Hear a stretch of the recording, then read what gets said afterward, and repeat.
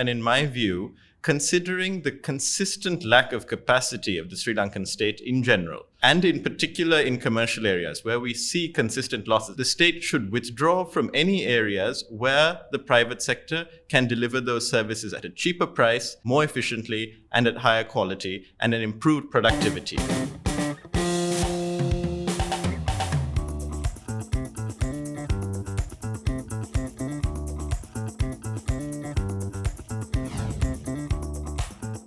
One of the big obvious problems we see with SOEs is the fact that they are not market pricing the services or products that they are offering. But if we step back and look at the whole plethora of challenges that confront SOEs, how would you outline them? So I think the challenge Sri Lanka faces is figuring out what the role of the government is vis-a-vis SOEs. And I think there are two big principles that need to be come to some conclusion. The first is, when exactly does the state intervene in the market? Currently, there seems to be no clear principle. The state is involved in areas where there are natural monopolies. So, for example, railways, where it often doesn't make sense to have two train tracks.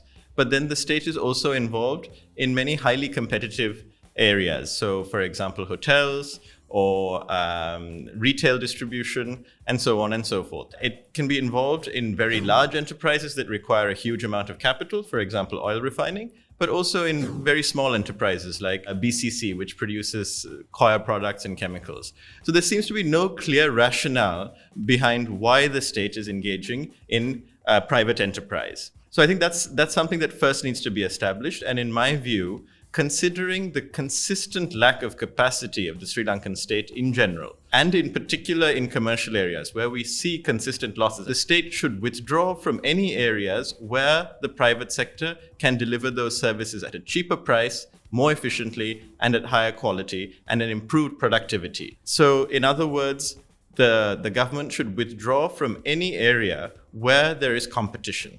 In the case of natural monopolies, it's a little bit more complex, and that can be a second phase of the discussion. But I think the very first step is for a complete withdrawal of the state from any competitive market. The second principle, I think, is insofar as the state is engaged in private enterprise, in other words, where there are SOEs, that there are no subsidies. In other words, there is full cost recovery, which is what you alluded to. And the reason for this is it creates huge conflicts of interest when you start packaging subsidies with commercial operations. There is often a very good case for providing targeted subsidies of various sorts, but those should be done through specialized agencies that provide that type of service and allow businesses to be run on commercial lines and as competitive, lean, mean operations.